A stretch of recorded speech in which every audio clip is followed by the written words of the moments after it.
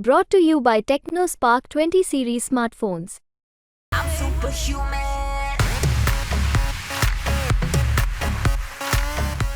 ये अपने राजनीतिक हित को साधने के लिए किसी भी एक्सटेंट तक जा सकती है। हम कैलेंडर प्रकाशित कर दूं, किसका पुत्र कहाँ है, किसकी पुत्री कहाँ है, किसकी पुत्री की पुत्री कहाँ है, पूरा का पूरा सरकार जो चाहे वही उस कमीशन में बैठेगा, लेकिन वो पंच परमेश्वर है। सत्य इलेक्शन कमीशन इसकी घोषणा करेगा, किस तरीके से देख रहे हैं? नहीं, बिहार की बात करें, इसमें किस तरह से देखना है, ये देखना होगा कि कितने चरणों में अनाउंस करता है माननीय चुनाव आयोग और क्या से क्या तिथि होगी।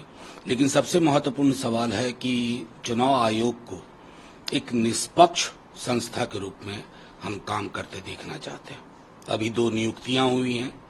नियुक्तियां भी क्या कहूं कि पूरा का पूरा सरकार जो चाहे वही उस कमीशन में बैठेगा, लेकिन वो पंच परमेश्वर है, उनको इसका ध्यान रखना होगा।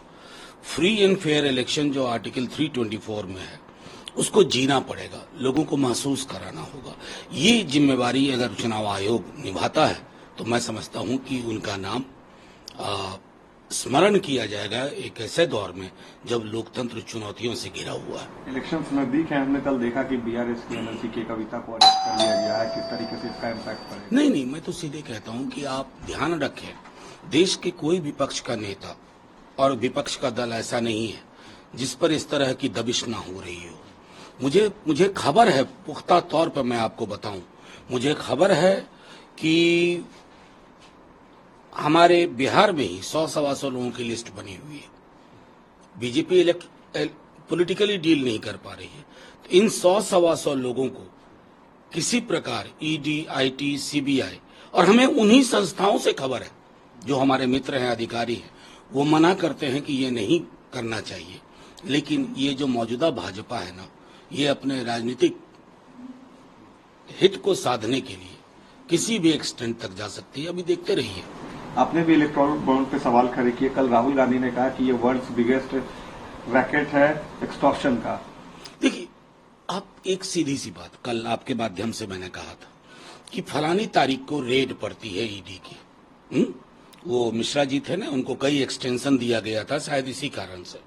अब वो रेड पड़ती है और with in days erectile bond खरीदे जाते हैं। उसके बाद जिन पर रेड पड़ी उनके मुकदमों का कुछ पता नहीं चलता है, मुकदमे हवा में चले गए। मैं कह रहा हूं कि आजाद हिंदुस्तान की इससे भ्रष्ट पार्टी कोई नहीं है, क्योंकि इन्होंने जिसको कहते हैं ना कि लीगलाइज्ड लूट का एक तरीका इलेक्ट्रल बॉन्ड को बनाया था।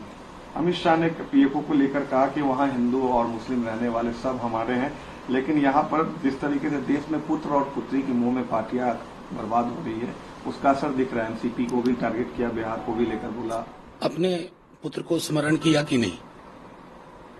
उनके पुत्र एक बड़े पद पे हैं, और भाजपा के अगर मैं कैलेंडर प्रकाशित कर दूं, किसका पुत्र कहाँ है, किसकी पुत्री कहाँ है, किसकी पुत्री की पुत्री कहाँ है, तो फिर क्या रहेगा?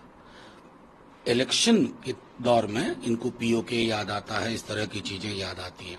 ये नहीं बता पा रहे हैं अमित शाह जी कि 2 करोड़ रोजगार के वादे पे प्रधानमंत्री जी 14 में आए थे। 2 दाहें 20 करोड़ में अगर 20 लाख का हिसाब दे दें अमित शाह जी खुले मन से, तो मैं मानूंगा। बाकी ये सब बेईमानी है, फजूल की बातें हैं।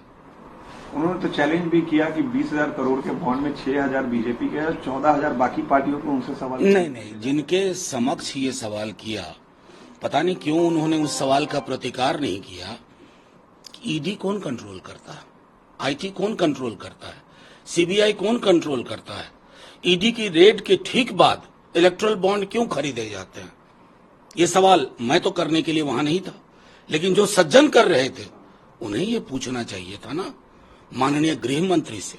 और गृह मंत्री का काम होता है लोगों को सुरक्षा का भरोसा दिलाना।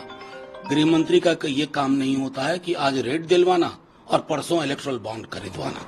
पशुपति पारस ने कल कह दिया है कि हमारे रास्ते अभी भी खुले हैं, हमारे जो 5 सिटिंग एमपी है वो वहीं से लड़ेंगे, एनडीए छोड़कर ग्रैंड अलायंस में भी आ सकते हैं, ऐसी संभावना बताई जा रही है। देखिए, मुझे लगता है आने वाले दिनों में देखिए कैसे चीजें अनफोल्ड होती हैं। लेकिन एक चीज तो महत्वपूर्ण है कि ये भाजपा, वो जो यूज एंड थ्रो पेन है ना, उससे भी बुरा संगठन पशुपति पारस जी के माध्यम से एलजेपी तोड़वा लिया, सांसद ले लिए। अब चुनाव आया तो चिराग जी के साथ समझौता कर दिया, पशुपति जी को छोड़ दिया। तो भारतीय राजनीति में इस तरह के क्षण हमने कम देखे। एक आखिरी सवाल सर, बिहार में कल कैबिनेट एक्सपेंशन हो गया, किस तरीके से देख रहे हैं नई कैबिनेट को लेकर? मैं नई तो मुझे कुछ दिखी नहीं, इसमें कई सारे सामाजिक आधारों का प्रतिनिधित्व नहीं देख रहा हूं।